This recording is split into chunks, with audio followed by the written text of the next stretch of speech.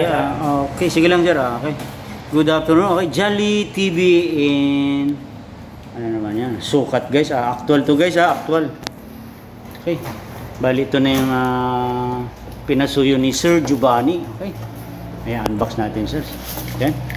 Sige. Pwede ba patungan to?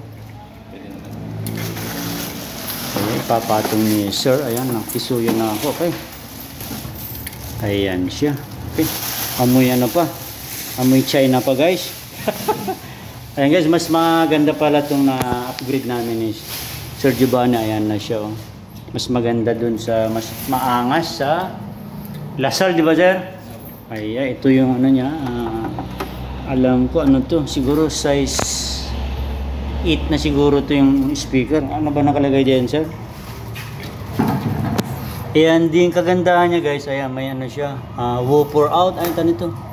Exus. Ayan, kaya medyo mas malakas siya. Okay. Ayan. Big shout out po kay Boss Francis. Ayan, Boss Francis. Ayan din. Ayan guys. Ateneo. Ayan. Ito po yung pinaka ano niya po. Specs niya po. Ayan. Okay. Abangan nyo lang guys. Pag-push ko nito. Hindi mamaya siguro. Ateneo Portable Party Speaker. Ayan.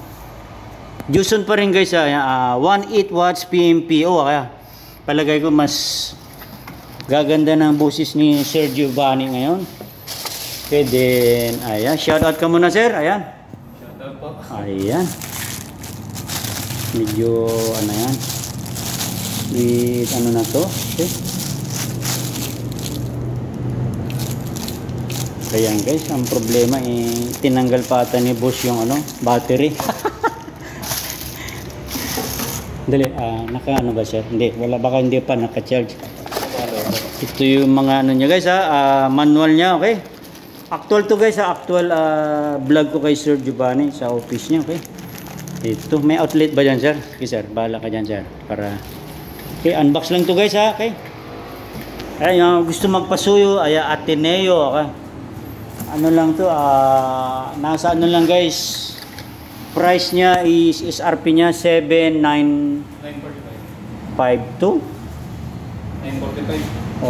almost ano lang guys, nasa 8,000 na rin, okay? Chargeable pa rin to guys, charger, yung UP lang hindi pala, okay? Ayan, para makita niyo ako guys, ayan, hindi ko dala yung tripod ko, okay?